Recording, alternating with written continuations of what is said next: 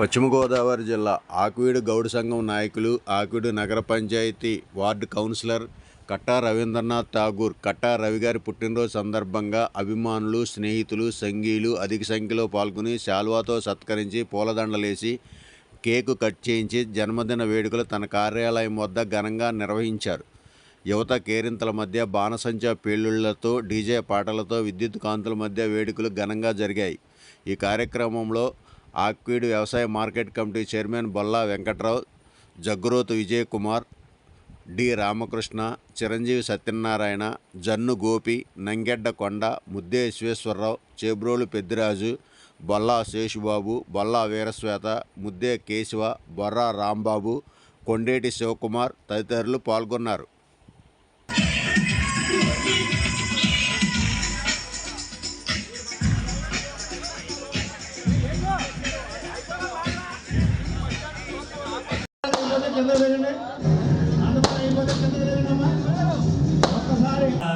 రవి గారు గొప్ప లేదు. మీ అందరూ రవి అంటేనే రవి అంటే నేను నాయకుడిని. ఇప్పుడు కూడా మెట్లు లాంటి మిమ్మల్ని ఎక్కిన తర్వాత ఆ మెట్లు మర్చిపోతాయి, అంతకన్నా కొత్త ఉండదు. ఎందుకంటే ఎప్పుడు కూడా మన మండలంలో అన్ని గ్రామాలు ఎందుకు తిరుగుతామంటే ఏదైనా ఇబ్బంది వస్తే చేస్తాం, అలాగే చేస్తున్నాం. మన కాలకూరు వాళ్ళు మన వాళ్ళకి 2 డైరెక్ట్లు ఇచ్చినా, అలాగే నంగేటికొండ గారు భార్య శ్రీధర్ గారికి భౌతికత ప్రైజ్ వచ్చినా. ఎందుకంటే ఇప్పుడు యూనిట్ అన్నది ముఖ్యం. కులాభిమానం ఉండొచ్చు కానీ దురాభిమానం ఉండదు. కులాభిమానం ఉంది కానీ దురాభిమానం లేదు. నేను అన్ని కులాలతో కలిసి ఉంటాను. ఏదైనా విషయం చేస్తే ఈ విషయాన్ని తూర్పుగోపులు అయితే విజయపంచం మాదివాడ పలానా ప్రసాద్ గారు, అలా ఏదో రకరకాలుగా ఎవరైతే ఇబ్బందులు ఉంటారో అవన్నీ నేను చూస్తూ ఉంటాను. ఏ విషయాన్ని సరే మీ అందరూ పాటిస్తే నేను మరి ఈ రోజు ఈ పుట్టినరోజు మీ అందరూ వచ్చి ఇంకా బాధ్యతలు మరీ బరువు పెంచారు. దాంట్లో కూడా చాలా బరువుగా ఉంది నాకు. అయితే ఊహించిన విధంగా మరి కాల్పూర్ వాళ్ళు 2 వస్తామని చెప్పాడు లక్ష్మణ్ గారు, మొత్తం జనాలు తీసుకొచ్చాడు. అలాగే ఎప్పుడు కూడా మందపాడు నుంచి అంతమంది రాలేదు. మందపాడు యూత్ బాగా వచ్చారు.